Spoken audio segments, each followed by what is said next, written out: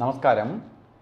എല്ലാ മാന്യ പ്രേക്ഷകർക്കും ആചാര്യ വിഷ്വൽ മീഡിയയുടെ പുതിയ ഒരു എപ്പിസോഡിലേക്ക് സുസ്വാഗതം. ജ്യോതിഷ സംബന്ധമായ കാര്യങ്ങളെക്കുറിച്ചാണ് നമ്മൾ ഈ ചാനലിലൂടെ പറഞ്ഞു വരുന്നത്. ഇന്ന് പുതുവർഷം എന്ന് പറയുമ്പോൾ ജ്യോതിഷ ശാസ്ത്രപ്രകാരം പുതുവർഷം എന്ന് പറയുന്നത് ശരിക്ക് മേടമാസം തൊട്ട് മീനമാസം വരെ വരുന്ന വർഷമാണ്. നമ്മൾ വിഷുഫലം എന്ന് വേണമെങ്കിൽ അതിനെ പറയും. ആചാര്യന്മാർ വിഷുഫലം എന്ന് പറയും. അതിനെന്താണ് വിഷുഫലത്തിൻ്റെ പ്രത്യേകത? സൂര്യൻ ഉച്ചത്തിലേക്ക് പ്രവേശിക്കുകയാണ്. സൂര്യനാണ് നക്ഷത്രദേവൻ. ജ്യോതിഷത്തിൻ്റെ ദേവനാരെന്ന് ചോദിച്ചാൽ സൂര്യനാണ്. സൂര്യനില്ലെങ്കിൽ നക്ഷത്രലോകമില്ല, സൂര്യനില്ലെങ്കിൽ പ്രപഞ്ചമില്ല. അപ്പോൾ പ്രപഞ്ചനാഥനായ സൂര്യൻ ഉച്ചത്തിലേക്ക് പ്രവേശിക്കുന്ന വർഷമാണ് ശരിക്കും മേടമാസം തൊട്ട് മീനമാസം വരെ.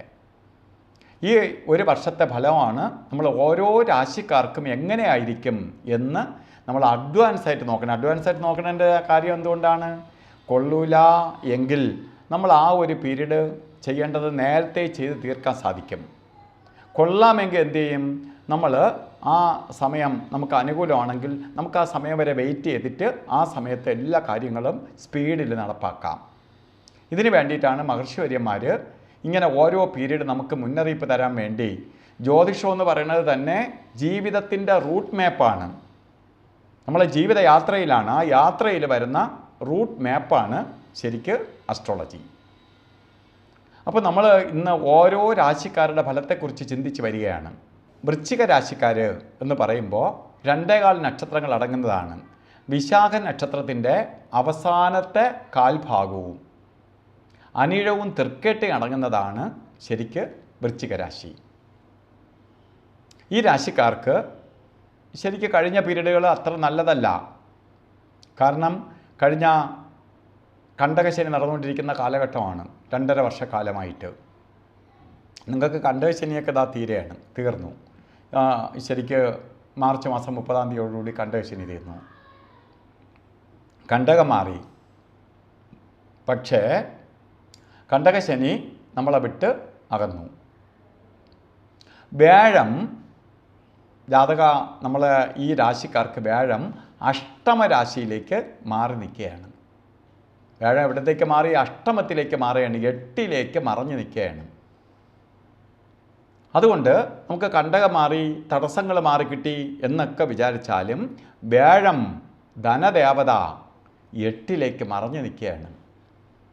ധനദേവത 8ലേക്ക് മറഞ്ഞാലോ സാമ്പത്തികമായിട്ട് നിങ്ങൾ കുറച്ച് ഏറെ ശ്രദ്ധിക്കണം. മറ്റ് തടസ്സമൊക്കെ മാറും, പോകുന്ന കാര്യങ്ങൾ വിജയിക്കും, എല്ലാം ചെയ്യും. പൈസ നിൽക്കുന്ന കാര്യത്തിൽ അല്ലെങ്കിൽ സാമ്പത്തിക ഇടപാടുകളിൽ നിങ്ങൾ കുറച്ച് ശ്രദ്ധ വേണം. അല്ലെങ്കിൽ പൈസ നിൽക്കത്തില്ല, വരവിനേക്കാൾ ഉപരി ചെലവ് വരും. സാമ്പത്തിക ഇടപാടുകളിൽ സൂക്ഷിക്കണം. കൊടുക്കൽ വാങ്ങലുകളിൽ വളരെ ശ്രദ്ധിക്കണം. ഈ സമയത്ത് നമുക്കും ചെയ്യാൻ പറ്റുന്ന ഒരു കാര്യം എന്താണ്? ഇപ്പോൾ നമുക്ക് മറ്റ് തടസ്സങ്ങളില്ലാത്ത സ്ഥിതിക്ക് നമുക്ക് പ്രധാനമായി സൂക്ഷിക്കാൻ പറ്റുന്ന 1-2 കാര്യങ്ങളെന്ന് പറയുന്നത്, നമുക്ക് സാമ്പത്തിക പുരോഗതിയെ മാത്രം ശ്രദ്ധിച്ചോളണം. ബിസിനസ് ആദ്യ കാര്യങ്ങൾ ചെയ്യുന്നിടത്ത് ഒക്കെ സൂക്ഷിക്കണം. പുതിയ ഇൻവെസ്റ്റ്മെൻറ്റ് ചെയ്യരുത്. ഊഹ കച്ചവടങ്ങളിലൊന്നും കൊണ്ട് കൈവയ്ക്കരുത്. ഷെയർ മാർക്കറ്റ് അതുപോലെ ഉള്ളതിൽ വളരെ സൂക്ഷിച്ചായിരിക്കണം ചെയ്യേണ്ടത്. നമുക്ക് ചെയ്യാൻ പറ്റുന്ന എന്താണ്? ഈ സമയത്ത് വസ്തു മേടിക്കുകയോ വീട് വയ്ക്കാൻ പോവുകയോ, പഠിക്കുന്ന കുട്ടികളാണെങ്കിൽ ഉപരി പഠനത്തിന് വേണ്ടി നമ്മൾ ജോലിയും കൂടി ചെയ്തുകൊണ്ടിരിക്കുകയാണ്, എന്നാലും പഠിക്കണമെന്ന് താല്പര്യമുണ്ട്. അപ്പോൾ നമുക്ക് പഠിത്തത്തിന് ലീവ് എടുത്തെങ്കിലും പഠിക്കാൻ നോക്കുക. ഇതൊക്കെ നിങ്ങൾക്ക് വളരെ ഗുണഫലത്തെ പ്രദാനം ചെയ്തു തരും. അപ്പോൾ നമ്മൾ ആ സമയത്തെ വിനിയോഗിക്കുന്നതിലാണ് കാര്യം. അല്ലാതെ ഇപ്പോൾ നമ്മൾ ചാനലിലൂടെ കൊള്ളൂല എന്ന് പറഞ്ഞു, ചൊല്ലൂല എന്ന് പറയണ ഇത് കേൾക്കുമ്പോൾ പലർക്കും പെട്ടെന്ന് ദേഷ്യം വരും. കൊള്ളാമെന്ന് പറഞ്ഞാൽ കുഴപ്പമില്ല, ഇത് കൊള്ളൂല എന്ന് പറയാണ്. ഇപ്പോൾ ചിലർ ചിലപ്പോൾ മോശപ്പെട്ട മെസ്സേജുകൾ ഇടും.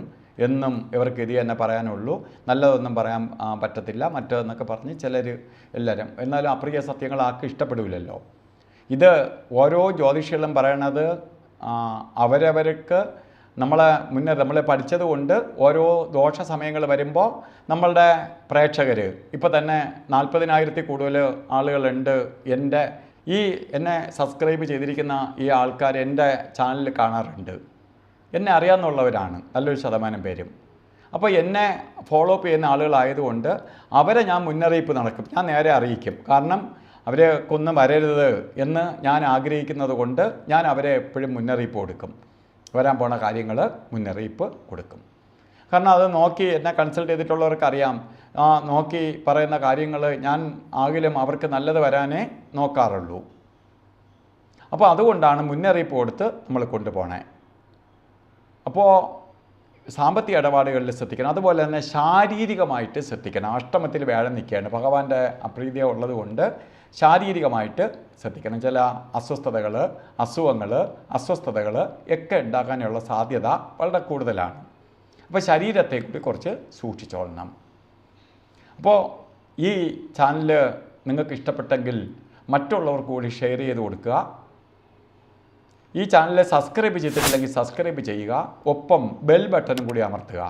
കാരണം ഞങ്ങൾ ചാനലിലൂടെ ഇതുപോലെ ധാരാളം വീഡിയോ ചെയ്യാറുണ്ട്. അതുപോലെ നിത്യജ്യോതിഷം എല്ലാ ദിവസവും നിങ്ങളുടെ ഇന്നത്തെ നിങ്ങളുടെ അവസ്ഥ എന്താണ്, ഇന്ന് നിങ്ങൾക്ക് കൊള്ളാവുന്ന ദിവസമാണോ എന്ന്, ഇതൊരു വർഷത്തെ ഫലം ഞാൻ പറയുന്നുണ്ടെങ്കിൽ പോലും ഓരോ ദിവസത്തെ ഫലവും ഞാൻ ചാനലിലൂടെ പറയുന്നുണ്ട്. ഇതൊക്കെ നിങ്ങൾക്ക് യഥാസമയത്ത് ലഭിക്കാൻ വേണ്ടി നിങ്ങൾ ബെൽ ബട്ടണും കൂടി അമർത്തുക. അപ്പോൾ എല്ലാ വൃശ്ചിക രാശിക്കാർക്കും ഈ വർഷം ചെറിയ ചെറിയ തടസ്സങ്ങളുണ്ടെങ്കിൽ പോലും അതെല്ലാം പരിഹരിച്ച് നല്ല ഫലത്തെ പ്രദാനം ചെയ്ത് തരാൻ സർവേശ്വരനോട് പ്രാർത്ഥിച്ചുകൊണ്ട് നിർത്തുന്നു. നന്ദി, നമസ്കാരം.